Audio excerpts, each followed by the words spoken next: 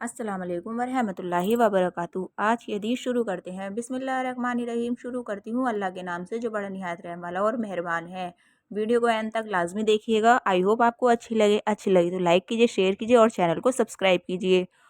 हुजूर अक़दस सल्लल्लाहु अलैहि वसल्लम से पूछा कि वे 40 हदीस जिनके बारे में यह कहा कि जो इनको याद करे जन्नत में दाखिल होगा वे क्या हैं। हुजूर अकरम सल्लल्लाहु अलैहि वसल्लम ने इरशाद फरमाया, बेशक जो इन 40 हदीसों को याद कर लेगा और अपनी ज़िंदगी में शामिल कर लेगा, अल्लाह ताला उसके लिए जन्नत को वाजिब फरमा देंगे।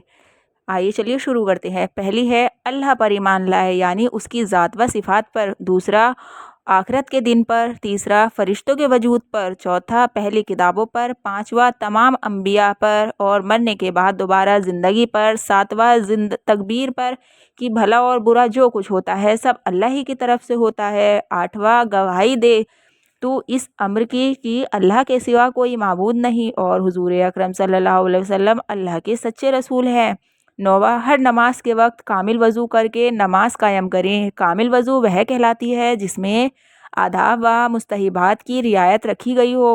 हर नमाज के वक्त इशारा है कि इस बात की तरफ कि नई वज़ू हर नमाज के लिए करे, अगरचे पहले से वज़ू हो, कि वह मुस्तहब के है और नमाज के कायम करने से इसके तमाम सुन व मुस्तहिबात का एहतमाम करना मुराद है। चुनाचे दूसरी रिवायत में वारिद है, जमात में सफ़ों का हमसवार करना कि किसी किस्म की कज़ी या दरमियान में खला न रहे, यह भी नमाज कायम करने के महफूम में दाखिल है। 10वां, ज़कात अदा करे। 11वां, रमज़ान के रोज़े रखे। 12वां, माल हो तो हज करे, यानी अगर जाने की कुदरत रखते हो तो हज भी करे। चूँकि अक्सर माने माल ही होता है इसलिए इसको ज़िक्र फरमा दिया, वरना मकसूद यह है कि हज के शराइत पाए जाए तो हज करे।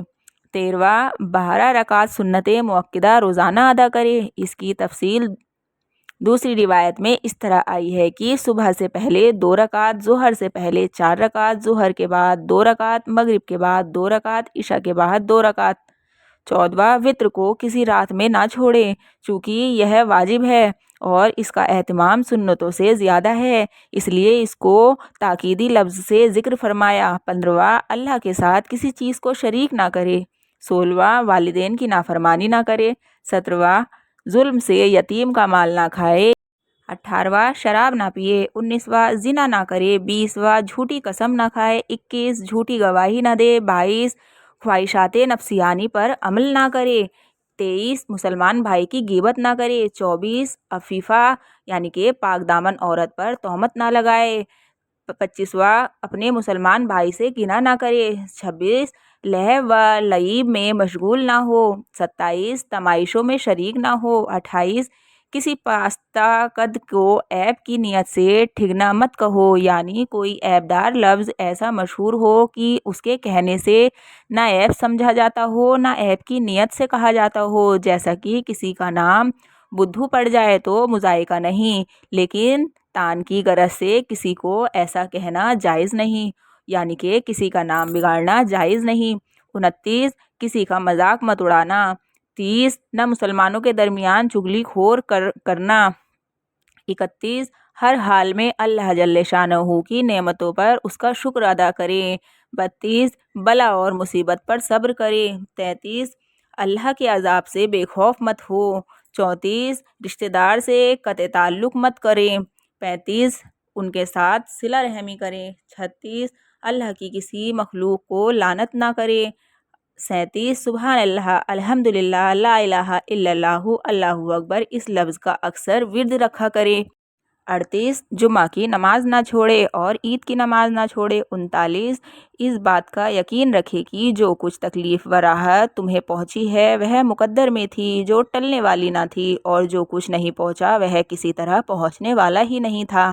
40, कलामुल्लाह शरीफ की तिलावत किसी हाल में मत छोड़ो। हुजूर अक़दस सल्लल्लाहु अलैहि वसल्लम ने इरशाद फरमाया, जो शख्स इन 40 हदीसों को याद करे उसको अल्लाह ताला अम्बिया और उल्मा के साथ हशर फरमाएंगे। इंशाअल्लाह आप लोग ये 40 हदीस ज़रूर याद करेंगे और मुझे कमेंट में बताएं कि किस किस को ये हदीस याद हैं। ये 40 हदीस अरबी ज़बान में याद करना और भी ज़्यादा मकबूल है।